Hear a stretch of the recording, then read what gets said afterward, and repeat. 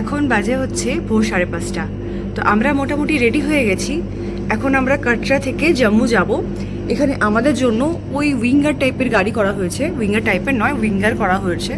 তো আমাদের ফ্যামিলির জন্য একটা করা হয়েছে, আরও ফ্যামিলি যারা আছে তাদের জন্য একটা বা দুটো করা হয়েছে, আই ডোন্ট নো। তো এখান থেকে এখন মোটামুটি রেডি হয়ে গেছি, আমি রেডি হয়ে গেছি, আমাদের ব্যাগসগুলো অল রেডি হয়ে গেছে, এখানে অলমোস্ট কমপ্লিট। হাতের কাছে টুকটাক জাস্ট যা লাগবে সেগুলোই রেখেছি। এখানে মোহরের পাপার চা, মোহরের পাপা বাথরুমে গেছে, রেডি হচ্ছে। আর এই যে আমার মোহর সোনা ঘুনু করছে। মোহর মোটামুটি রেডি, মোহরের এই জ্যাকেটটা বাইরে গিয়ে পরাবো। মোহর বললো আর একটু ঘুনু করবো, এই জন্য ওকে ঘুম পাড়িয়ে দিয়েছি। তো এখন আমরা এখান থেকে যাচ্ছি। এখন আমরা যাচ্ছি কাটরা থেকে শ্রীনগরে। শ্রীনগরে আমাদের 5 ডে স্টেজ রয়েছে, ওখানেই আমরা হোটেল নেব এবং কী কী সাইট ভিজিট করব সবটাই তোমাদের সাথে শেয়ার করব। সেগুলো কিন্তু সব তোমরা পার্ট 2তে দেখতে পারবে।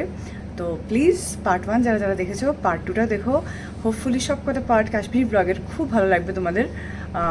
আমাদের বৈষ্ণব দেবী ভিজিট কেমন ছিল, কীভাবে গেলাম, মোহরকে রাস্তায় কি খাওয়ালাম, ফেরার পথে কি হলো, ফিরলাম কখন, কত ঘন্টা টাইম লাগলো, সেই সব কিছু নিয়েই সেই সব কিছুই আমি কিন্তু ভিডিওতে শেয়ার করব। আর সবচেয়ে বড় কথা কি জানো তো, টোটাল ট্রিপটা খুব আনন্দের বা ঠিকঠাক থাকলেও একটা খুব ট্র্যাজিক ইনসিডেন্ট ঘটে গিয়েছিলো আমাদের সাথে। সেটা হচ্ছে মোহরের দাদুভাই কিন্তু হারিয়ে গিয়েছিল। হ্যাঁ, এটা সত্যি, মোহরের দাদুভাই কিন্তু হারিয়ে গিয়েছিল। তো আমরা তো ভীষণ প্যানিক করে গেছিলাম। এখন হাসছি, বাট তখন চোখ থেকে জল পেটছিল। এখন হাসছি কিন্তু তখন চোখ থেকে জল বেরোচ্ছিল। এবং অ্যাকচুয়ালি তাকে কীভাবে পেলাম, কি কি করতে হলো, সবটুকুনি কিন্তু আমি ব্লগে শেয়ার করব। সুতরাং stick to the blog, don't skip ইট, দেখতে থাকো তোমরা। কাশ্মীর ব্লগ পুরোটাই তোমরা জানতে পারবে। তো সেগুলো সব কিছু পরে হচ্ছে। এখন আমরা কিন্তু মেন যেটা হচ্ছে, এখন আমরা কাটরা থেকে জম্মুর, তো মেন যে কথাটা সেটা হচ্ছে এখন আমরা কাটরা থেকে শ্রীনগর যাওয়ার জন্য রেডি হয়ে আছি।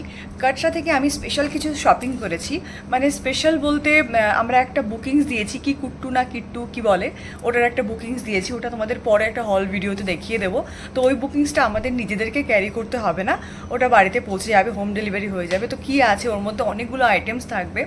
ওটা একটা খুব এক্সাইটিং প্যাকেজ হতে চলেছে, সেটাও তোমাদের সাথে একটা হল ভিডিও, কাশ্মীর ব্লগের একটা হল ভিডিও বানিয়ে দেখিয়ে দেবো। আর কোত্থেকে কী কিনলাম এগুলো না প্রত্যেক দিনের এই ভিডিওগুলোতে শেয়ার করা সম্ভব নয়। সেগুলো নিয়ে টোটালটা নিয়ে কোথা থেকে কী কিনেছি আমাদের তো মনে থাকবে, সেই টোটাল কেনাকাটি নিয়ে কিন্তু একটা দারুণ ব্লগ হতে চলেছে। তো তোমরা দেখতে থাকো, কেমন লাগছে অবশ্যই কমেন্ট করে জানিও। তো কাটরা থেকে শ্রীনগর যেতে যেতে তোমাদের সাথে কিন্তু আমি পুরোটাই শেয়ার করে নেব। হ্যাঁ, বৈষ্ণব দেবীতে যাওয়ার এক্সপিরিয়েন্সটা সত্যি আমার কাছে ভয়ানক। কেন কি আমি সত্যি সত্যি বাবাকে হারিয়ে ফেলেছিলাম। ওই দিন আমরা ভোর 5:30টার সময় ফিরে আসি, পুলিশের কাছে বাবার ফটো দিয়ে, বাবার নাম লিখিয়ে, আমাদের ফোন নাম্বার দিয়ে ফিরে আসি। আমাদের এটাই চিন্তা ছিল, হোটেলে এসে কিছুক্ষণ রেস্ট নিয়ে আবার আমরা ফিরে যাব বাবার খোঁজে। কিন্তু হোটেলে ফিরে বাবার ঘরে নক করে দেখতে পারলাম, এই দেখো হর্স মাম্মা, এই যে কত হর্স, আমরা হর্স রাইডিং করেছি না। হোটেলে এসে বাবার রুমে নক করে দেখলাম বাবা রুমেই রয়েছে, নিশ্চিন্তে ঘুমাচ্ছে। তখন যে কি মনে হচ্ছিল তোমাদেরকে কি বলবো। তোমরা হাসছো? প্রথমে তো বাবাকে জড়িয়ে ধরলাম, একটু কাঁদলাম, আর তারপরে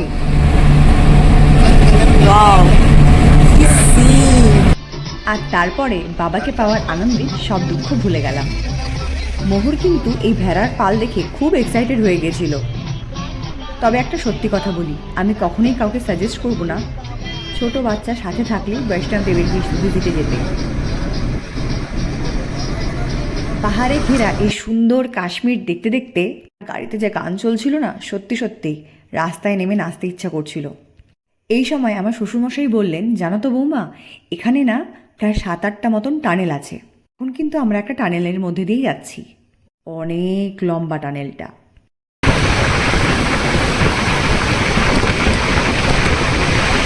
পাহাড় কেটে টানেলগুলো তৈরি। ওই দেখো কি সুন্দর ঝর্ণাটা। বানিহালে পৌঁছে আমরা কিছুক্ষণ রেস্ট নিয়ে চাটা খেয়ে আবার আমাদের জার্নি শুরু করলাম। প্রায় পেহেলগাঁয়ের কাছাকাছি চলে এসেছি। এরকম জায়গা যখন শুরু হয়েছে তখন থেকে দেখছি দুপাশে খালি সর্ষে গাছে ভরা। এত সুন্দর সর্ষে গাছ আর বাড়িগুলোর কম্বিনেশন লাগছে না, পুরো মনে হচ্ছে শাহরুখ খানের দিলওয়ালে দুলহানিয়া শুটিং চলছে। বুঝতে পারছো মনটা কেমন গার্ডেন গার্ডেন হয়ে গেছে। তো আমরা এখন চলে এসেছি শ্রীনগরে। এই জাস্ট হোটেলে চেক ইন করলাম। এই হোটেলটা সত্যি কথা বলতে কি, আমরা আগে যে হোটেলটায় ছিলাম না, তার তুলনায় অনেকটাই অনেকটাই খারাপ একদম, এটা এক্স্যাক্ট কথা। আমি এক্ষুনি হোটেলটা তোমাদের দেখিয়ে দিচ্ছি। হোটেলের প্রত্যেকটা রুমই এরকম, মানে একদম আমার একদমই পছন্দ হয়নি। এনিওয়ে এখানে তো জাস্ট 5টা দিন কাটাবো, দ্যাটস ইট। তো চলো তোমাদেরকে একটু রুমটা দেখিয়ে দিই। এখনও কোনো ব্যাগ আনপ্যাক করা হয়নি, জাস্ট পৌঁছালাম। এখানে এখন টেম্পারেচার চলছে 15 ডিগ্রি, 14 টু 15 ডিগ্রি মতন টেম্পারেচার চলছে। তো তোমাদেরকে চলো আগে রুমটা একটু দেখিয়ে দিই। হোটেলের বাইরে যখন যাব হোটেলের ভিউটা দেখানোর চেষ্টা করব, তবে হোটেলের ভিউটা এমন কিছু না। আর হোটেলটা এখানে একটা ডোরম্যাট দেওয়া আছে। বাথরুমটা প্রয়োজনের তুলনায় একটু বেশি বড়, ঠিকঠাক। গিজার টিজার আছে এখানে। এই যে আমাদের রুমটা, এই যে আমাদের ব্যাগসগুলো এখনও আনপ্যাক করিনি।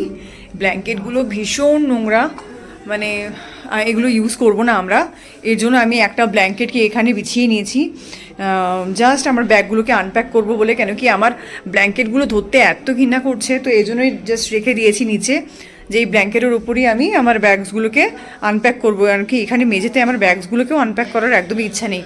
এই টেবিলটা দিয়েছে, টেবিলটা কাজে লেগে যাবে, চেয়ার্সগুলো আমাদের কোনো কাজে লাগবে না, ওই ব্যাগ রাখার জন্যই জাস্ট রেখে দিয়েছি। এই উইন্ডোজগুলো আমি জাস্ট ওপেন করলাম। উইন্ডোগুলো এরকম যে এখানে একটা পার্ট করে ওপেন হচ্ছে, সেই পার্টটা এ পার্টটা ওপেন হচ্ছে, আবার এ পার্টটা ওপেন হচ্ছে, আর এই পার্টটা এখানে এসে আটকে যাচ্ছে। এখানে কেমন একটা কাচের একটা পাল্লা মতন করা আছে এখানে সাইডটা। আর এই যে কেমন একটা টাইপের, এই পাশটা কিন্তু ফাঁকা, এখানে হয়তো কাচটা ছিল, ভেঙে গেছে এখন, এখানে ডিজাইনার কাচ লাগানো আছে। এই হচ্ছে বেডসগুলো, এই হচ্ছে বেডসগুলো।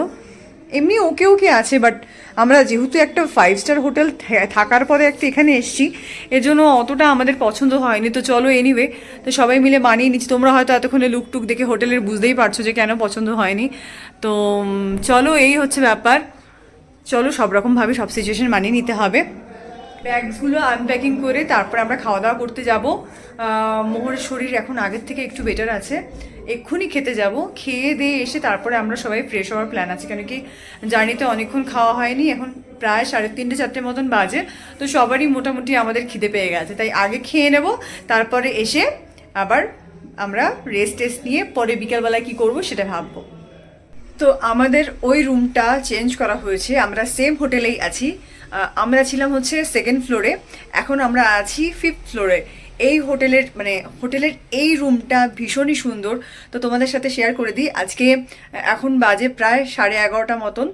মোহর আর মোহরের পাপা তো দুজনেই ঘুমিয়ে পড়েছে, তাই আমি ভাবলাম রুমটার একটা ভিডিও নিয়ে রাখি, কেন কি কাল সকালবেলা কোথায় যাওয়া হচ্ছে, কখন বেরোবো, এখনও কোনো প্ল্যানিং আমরা জানি না, সুতরাং কতটা টাইম পাবো সেটাও বলতে পারছি না। তো কালকের প্ল্যানিং তো কালকে থাকবে। আজকে আমি তোমাদেরকে আমার রুমটা একটু দেখিয়ে দিই, চলো। আমাদের রুমটা ভিজিট করতে করতে তোমরা কিছু ইম্পর্টেন্ট কথা শোনো। যদি বৈষ্ণবদেবী ভিজিট করতে হয় কখনো ছোট বাচ্চা ক্যারি করবে না। বড়দেরই এত কষ্ট হয়, ছোটদের যে কতটা কষ্ট হয় মানে এ বোঝানো যাবে না। আমি পার্সোনালি বৈষ্ণবদেবী আর কখনোই যেতে চাই না। অলমোস্ট 7 আওয়ার্স আমাদের খালি লেগেছে পায়ে হেঁটে উঠতে। ফেরার পথে আমরা ঘোড়ায় করে নেমেছি, তাতেও লেগেছে 3 ঘন্টা।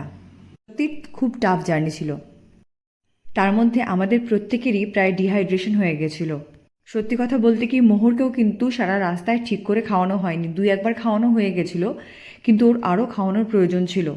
প্র্যামে উঠেও যেহেতু একা বেঁকা রাস্তা, গোল গোল ঘোরানো রাস্তা, এই জন্য মোহর কিন্তু খুব ঘ্যান ঘ্যান করছিল, আর ও প্র্যামে বেশিক্ষণ চড়তেই চাইছিল না। আরও একটা ইম্পর্টেন্ট কথা, হেঁটে যাওয়ার রাস্তা আর ঘোড়ার রাস্তা কিন্তু কমপ্লিটলি ডিফারেন্ট। নামার রাস্তাও ডিফারেন্ট এবং ওঠার রাস্তাও ডিফারেন্ট। বৈষ্ণবদেবী ভিজিট করতে হলে বেস্ট হচ্ছে 3 মাস আগে হেলিকপ্টার বুক করা। পার হেড 1800 করে নেয় খুব সম্ভবত, কিন্তু অনেক বেশি শান্তির। আর একটা কথা বলে রাখি, বৈষ্ণবদেবী ভিজিট কখনোই কিন্তু কাশ্মীরের প্ল্যান করলে একদম ফার্স্টে কখনোই রাখবেন না, এটা রাখতে হলে একদম শেষে রাখবেন, এতে পুরো জার্নিটাই কিন্তু আনন্দের হবে। এনিওয়ে, আজকে অনেক জ্ঞান দিলাম, অনেক বকবক করলাম, অ্যাকচুয়ালি জ্ঞান দেওয়া নয়, আমি আমার এক্সপিরিয়েন্সটাই কমপ্লিটলি শেয়ার করলাম। স্মাইলস উইথ মোহরের ভিডিওগুলো ভালো লাগলে অবশ্যই লাইক করবেন, সাবস্ক্রাইব করবেন, আর আরও বেশি ভালো লাগলে কমেন্ট করতে একদম ভুলবেন না। আজকের ভিডিওটা আপনারা দেখতে থাকুন শেষ অবধি। আমি ভিডিওটা এখানেই শেষ করছি। খুব শিগগিরই আরেকটা নতুন ভ্লগ নিয়ে, কাশ্মীরের ভ্লগ নিয়ে দেখা হবে নেক্সট ভিডিওতে। বাই। সবাই খুব ভালো থাকবেন। কাশ্মীর ভ্লগগুলো দেখতে কেমন লাগছে কমেন্ট করতে একদম ভুলবেন না।